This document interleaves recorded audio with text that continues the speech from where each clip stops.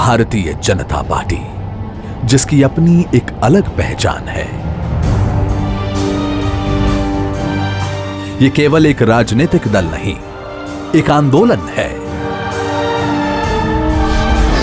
विचारधारा जिसका प्राण है, जिसके सिद्धांतों में निष्ठा है, जो भारतीय संस्कृति के गौरवशाली अतीत से प्रेरणा लेते हुए मां भारती को परम वैभव की ओर ले जाने को संकल्पबद्ध है। भाजपा एक आंदोलन।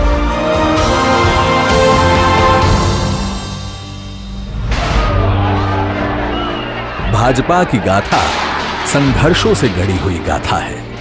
ये गाथा है अनगिनत देशभक्तों की, लाखों करोड़ों कार्यकर्ताओं की और ऐसी विभूतियों की जिन्होंने अपने अटूट विश्वास और अथक परिश्रम से इतिहास की धारा को मोड़ दिया, देश की राजनीति को नई दिशा दी, राष्ट्र प्रेम और देशभक्ति की अलख जगाई।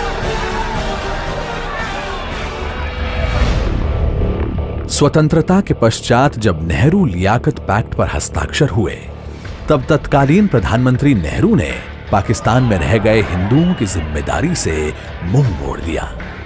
तब से उद्वेलित होकर डॉक्टर श्री श्यामा प्रसाद मुखर्जी ने नेहरू मंत्रिमंडल से त्यागपत्र दे दिया।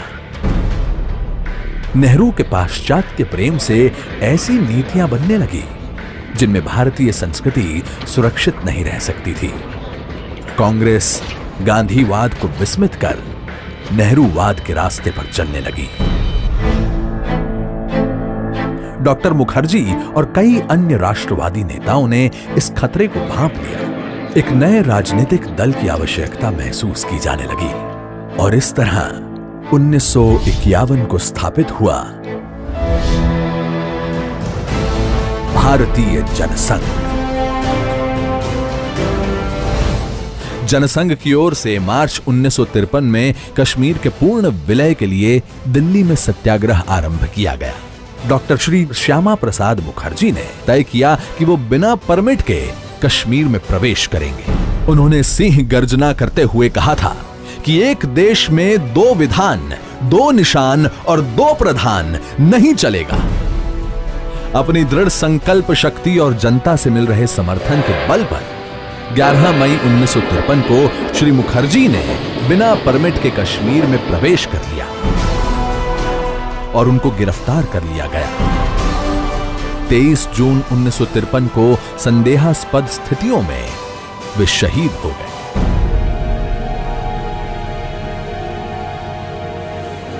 देश में शोक की लहर दौड़ गई।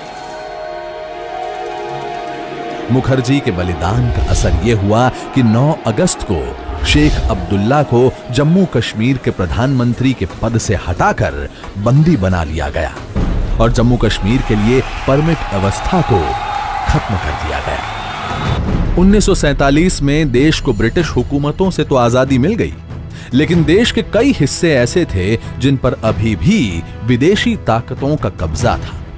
इन क्षेत्रों की मुक्ति के लिए पार्टी ने गोवा मुक्ति आंदोलन चलाया, पौंडीचेरी दादर हवेली की स्वतंत्रता के लिए अभियान चलाया, पश्चिम बंगाल के बेरुबारी को पाकिस्तान के हाथों में सौंपने का तीव्र विरोध किया, कच्छ समझौते के विरुद्ध आंदोलन किया और गौ हत्या के विरुद्ध अभियान चलाया। वर्ष 1965 में पाकिस्तान ने छलपूर्वक भारत पर हमला कर दिया और कच्छ के कंजर कोट समेत कई इलाकों पर कब्जा कर लिया। जनसंघ ने इसका विरोध किया और देश भर से जुटे 5 लाख लोगों ने दिल्ली आकर फौज न हारी, कौम न हारी, हार गई सरकार हमारी का नारा दिया।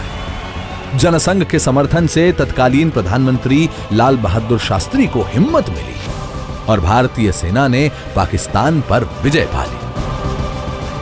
और इसके बाद देश में आया वो दौर जिसे भारतीय लोकतंत्र का सबसे स्याह दाग माना जाता है, आपातकाल। आपातकाल के दौरान तमाम बड़े विपक्षी नेताओं को जेल में डाल दिया गया और उन्हें यातनाएं दी गई। राष्ट्रीय स्वयंसेवक संघ पर भी प्रतिबंध लगा दिया गया। जनसंघ के हजारों कार्यकर्ताओं ने अग्रिम पंक्ति में खड़े होकर आपातकाल के दंश को झेला। और 1977 के चुनाव में जनता पार्टी के नेतृत्व में देश को नई सरकार मिली। पर भारतीय राजनीति का यह पहल प्रयोग ज्यादा दिन नहीं चल पाया और आपसी लड़ाई व कांग्रेस के षड्यंत्रों के कारण सरकार गिर गई और 6 अप्रैल 1980 को जनता पार्टी से अलग होकर भारतीय जनता पार्टी का गठन हुआ। 1987 में देश में राजीव गांधी की सरकार थी।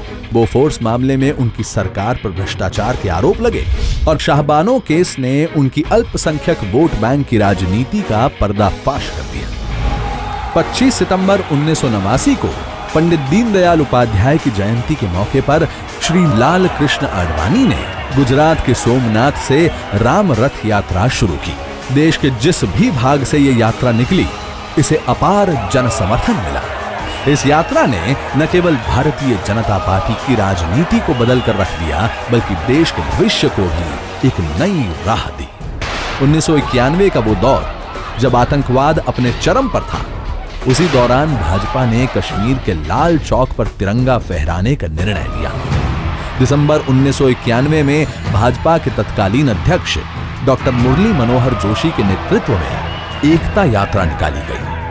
श्रीनगर के लाल चौक पर 26 जनवरी 1992 को तिरंगा फहराकर डॉक्टर जोशी ने भारत की एकता और अखंडता का संदेश दिया।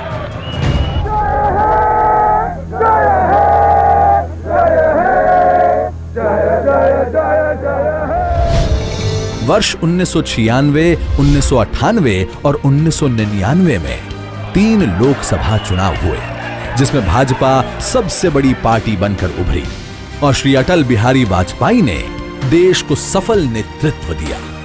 इसके बाद भाजपा को विपक्ष में बैठने का निर्णय मिला और भाजपा ने यहां भी एक सजग और जनता की आवाज उठाने वाले सशक्त विपक्ष की भूमिका निभाई।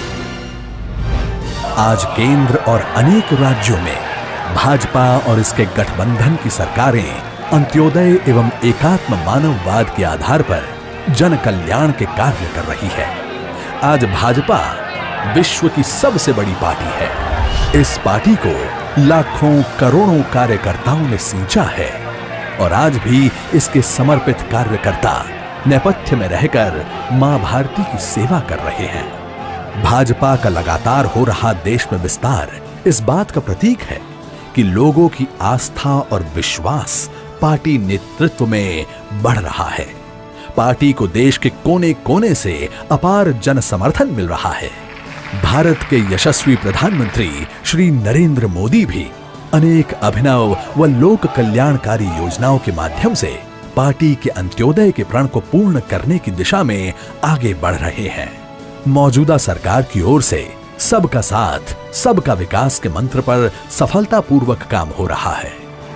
देश की जनता से पार्टी को मिल रहा अपार जन समर्थन भी एक तरह का आंदोलन ही है।